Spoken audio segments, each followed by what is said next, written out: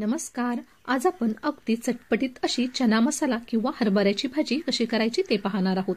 अगदी पाहता क्षणी खाऊशी वाटणारी ही भाजी बनवण्यास अगदी सोपी असून अगदी कमी साहित्यात तयार होते. चना मसाला बनवण्यासाठी इथे मी 1 वाटी हरभरे रात्रभर पाण्यात भिजत ठेवले होते. अशा पद्धतीने रात्रभर हरभरे भिजवायचे आहे, म्हणजे ते छान भिजतात व लवकर शिजतात.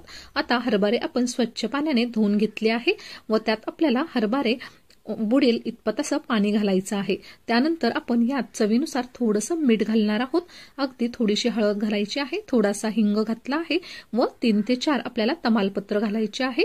थोडासा दालचिनीचा तुकडा, 3-4 आपल्याला लवंगा व 3-4 मिरी घालायची आहे. आता इथे आपल्याला कुकरला हे हरभरे साधारण 5 ते 6 शिट्ट्या काढून शिजवून घ्यायचे आहे. आता हरभरे शिजत आहे तोपर्यंत आपल्याला एक वाटण तयार करून घ्यायचं आहे. त्यासाठी इथे 1 मोठा टोमॅटो घेतला आहे. त्यानंतर 2 ते 3 हिरव्या मिरच्या, अर्धा इंच आलं व 7 ते 8 लसणाच्या पाकळ्या व पाव चमचा जिरं. आता हे आपल्याला मिक्सरच्या भांड्यात छान असं बारीक करून घ्यायचं आहे. अशा पद्धतीने अगदी बारीक आपण हे वाटून घेतलं आहे. आता इथे बघू शकतात 5 ते 6 शिट्ट्यांमध्ये हरभरे अगदी छान असे मऊसूत शिजले आहे. आता आपल्याला इथे एका कढईत साधारण 2 मोठे चमचे भरून तेल घालून घ्यायचं आहे. तेल छान तापलं की त्यात आपल्याला जिरं मोहरी घालायचं आहे, थोडासा हिंग, कढीपत्त्याचे पानं व इथे 1 मोठा कांदा छान असा बारीक चिरून घेतला आहे. आता आपल्याला कांदा हा मध्यम आचेवर ट्रान्सपरंट होईपर्यंत छान असा परतून घ्यायचा आहे. कांदा इथे बघू शकतात छान असा ट्रान्सपरंट झाला आहे. त्यात आपल्याला आता एक वाटण करून घेतलं होतं ते घातलं आहे.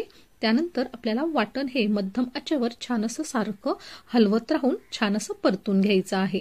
आता इथे बघू शकतात आपलं वाटण हे छान शिजलं आहे. छान असं तेल देखील सुटलं आहे. यात आता इथे मी 2 चमचे डेसिकेटेड कोकोनट घातला आहे. 2 चमचे आपल्याला दाण्याचा कूट घालायचा आहे. डेसिकेटेड कोकोनट तुमच्याकडे नसेल तर सुकं खोबरं बारीक करून किंवा किसून घातलं तरी काही हरकत नाही. आता हा मसाला आपल्याला छान असं तेल सुटेपर्यंत परतून घ्यायचा आहे. आता यावर मी मसाले घालून घेत आहेत. अर्धा चमचा लाल तिखट घातला आहे, अर्धा चमचा कांदा लसूण मसाला घातला आहे, पाव चमचा हळद व पाव चमचा चाट मसाला घातला आहे. आता यावर आपण हिरवीगार कोथिंबीर घातली आहे व आपल्याला हा मसाला पुन्हा एकदा छान असा परतून घ्यायचा आहे. ही भाजी करत असताना मसाला परतवणे फार गरजेचे आहे, त्यावरच ह्या भाजीची टेस्ट पूर्णपणे डिपेंड असते. आता इथे बघू शकतात मसाला छान परतला आहे. इथे मी साधारण पाव वाटी पाणी घालून घेतलं आहे. पाणी घातल्यामुळे मसाला हा छान शिजतो व मसाल्यातून तेल देखील रिलीज व्हायला सुरुवात होते व मसाला जळत देखील नाही. आता यावर आपल्याला चवीनुसार अगदी थोडंसं मीठ घालून घ्यायचं आहे, कारण आपण हरभरे शिजवताना देखील थोडासा मिठाचा वापर केला आहे, त्यामुळे मीठ घालताना हे बेताचंच घालावं. आता यावर झाकण ठेवायचं आहे व आपल्याला साधारण अर्धा मिनिटभर अशा पद्धतीने मसाला छान असा शिजवून घ्यायचा आहे. आता तुम्ही या ठिकाणी मसाल्याचं टेक्स्चर बघू शकता. अगदी छान अशा आपला हा मसाला शिजून तयार झाला आहे व तेल देखील सेपरेट झालं आहे. आता यावर आपण शिजवून घेतलेले हरभरे घातले आहे. आपण हे हरभरे शिजवताना ज्या पाण्याचा वापर केला आहे ते देखील पाणी यात आपल्याला वापरायचं आहे.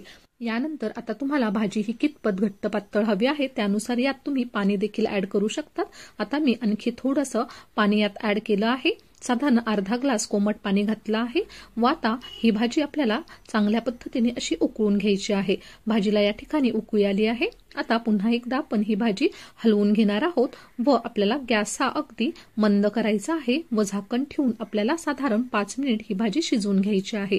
आता 5 मिनिटानंतर तुम्ही इथे बघू शकतात भाजी छान अशी शिजली आहे व भाजीला तरी देखील अगदी छान आली आहे व भाजीचा तुम्ही रंग देखील बघू शकतात. अगदी छान अशी आपली ही भाजी तयार झाली आहे. आता आपण भाजी सर्व्ह करून घेणार आहोत. अगदी चटपटीत, झणझणीत आणि बघता क्षणी खाऊशी वाटणारी आपली चना मसाला किंवा हरभऱ्याची छान अशी मसालेदार भाजी तयार आहे. आपण कोथिंबीर व कांद्यासोबत ही भाजी छान अशी गार्निश केली आहे व तुम्ही ही भाजी पुरीसोबत, चपातीसोबत किंवा भातासोबत देखील खाऊ शकतात.